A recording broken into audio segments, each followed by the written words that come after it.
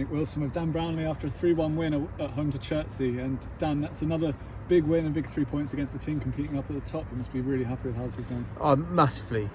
Look, if you'd have told me you would have taken 6 points off Marlow and Chertsey on Friday afternoon, I'd have obviously bitten your hand off. I got a few messages during the week with just kind of don't get beat kind of remarks, and that was important, absolutely, but we always felt like we had more to offer than just setting up to spoil and setting up to not lose the game. I think we've got too much quality, and you saw that tonight.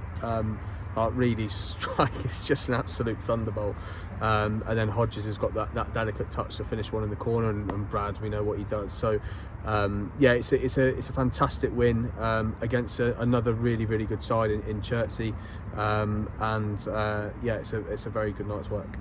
Having gone in at half-time 2-0 up, how much of that second half was about game management tonight? It was a little bit. We didn't want it to just become about that, because we knew that Chertsey would have gears to shift through. We said at half-time the biggest red flag in that moment was we didn't know what they were going to do, and we had ideas that they might stick Scott Day up top, which inevitably happened, although that was actually in transfer of an injury. But they asked different questions of a second half, and the message to the boys was just make sure we have the answers. And to be fair, we did. I thought Scotty and Bill defended magnificently. The full-backs did their jobs. Donny and Akko were just simply stunning in the first half, particularly with second balls. It was always going to be a tough challenge against a really quality side. But once again, credit to the lads, we rose up and we got the job done. It's 3 wins in 2 weeks now against teams that are challenging at the top. If there were any doubts about performances or results against other top teams, they've been pretty much put to bed by that one. Yeah, I mean, it was a fair question. You know, we had the meeting, God, it seems a lifetime ago now, maybe 6-7 weeks ago, about how do we go against these top sides and how do we go toe to toe with them and what do we need to do differently. And a lot of it came down to just out and out work rate. And that as a standard, you know, you shouldn't really have to talk about work rate before a game, but it's a good place to be when you know if that group work hard, they're not going to lose many games. And work hard they did. You know, that first half, that first 45 minutes, they were just everywhere. Like particularly Donny and Michael winning second balls, winning first headers. Territory was gained. It was a really good performance. You add then the quality of Brad, Reid, Hodges' movement, Cookie getting on the half turn. It was a really good performance against a quality side. I keep repeating that. You look at the list of players that they've got available to them. I mean, I did breathe a sigh of relief that Jake Baxter's name wasn't in the squad, which was because he's given me some really hard times in recent history, despite him being my old player. But I mean, so that was a kind of breath of fresh air for me. But when you've got the likes of Trevor Robinson and Darryl Harrison at the back, and Hippolyte and Montague, who scored 15 goals already this year, they've got some real riches in that team. So it makes for even better viewing the way in which we conducted ourselves in that game. Because it was a professional performance. You might get bored of me saying that, but it's important in these moments that you can get yourself feeling a bit nervous, looking over your shoulder, wondering if the goal's going to come. But again, the boys have answered a lot of questions tonight.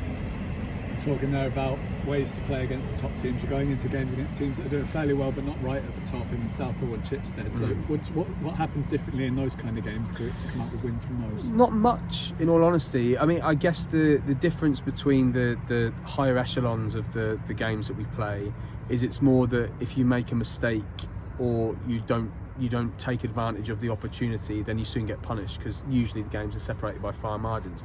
When you play against lower teams, so to speak, is usually you can get away with one or two things, but we don't want to allow ourselves to do that, and we go to Chipstead again knowing their quality. I hope they don't mind us saying we've stuck a 7-dayer in for one of their players, one of their a striker of theirs, and he turned around and said no because he wants to stay there, which is great for him, and I was actually pleasantly surprised of the level of loyalty from the lad. So they've got players that we were after, you know, so it's they're a tough side to play against. You're always in a game with them, despite their semi-lowly position, probably in what they started out to do this season. They're never far away. So we go to Saturday with kind of the same impetus as we did today. It's just knowing that we've got to make the most of this opportunity and this run that we're on, and remain being on top of games and formidable, because at the moment it's a good change room to be in.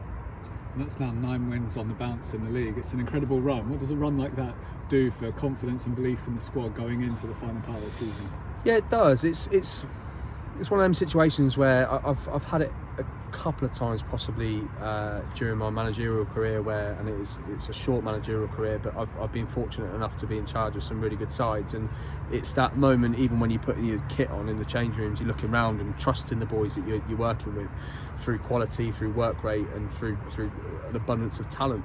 And there's a lot to be said for that. I mean, you look at the way we lined up today. John Brownlie and Nathan Smart haven't got on, and there's not many teams that can boast that kind of depth. So we're in a really good place, and the run is a squad thing. Like we put Cookie in, ours dropped to the bench today, Dre dropped to the bench, so we rotated in a certain sense, and yeah, we're in a really good moment. But we try and break it down. Look, we want to be confident going into games, and we want to kind of sit below that borderline arrogance and know that what we're capable of, because that allows us to work hard because of the belief we've generated through the season. But we cannot take things for granted. We saw that against Tooting and Mitcham. I actually think we played quite well, and I think so did they. But this league just has a habit of throwing in a couple of wobblies, so we just need to be prepared for that. Thank you very much, Dan. Cheers. Thanks, Nick.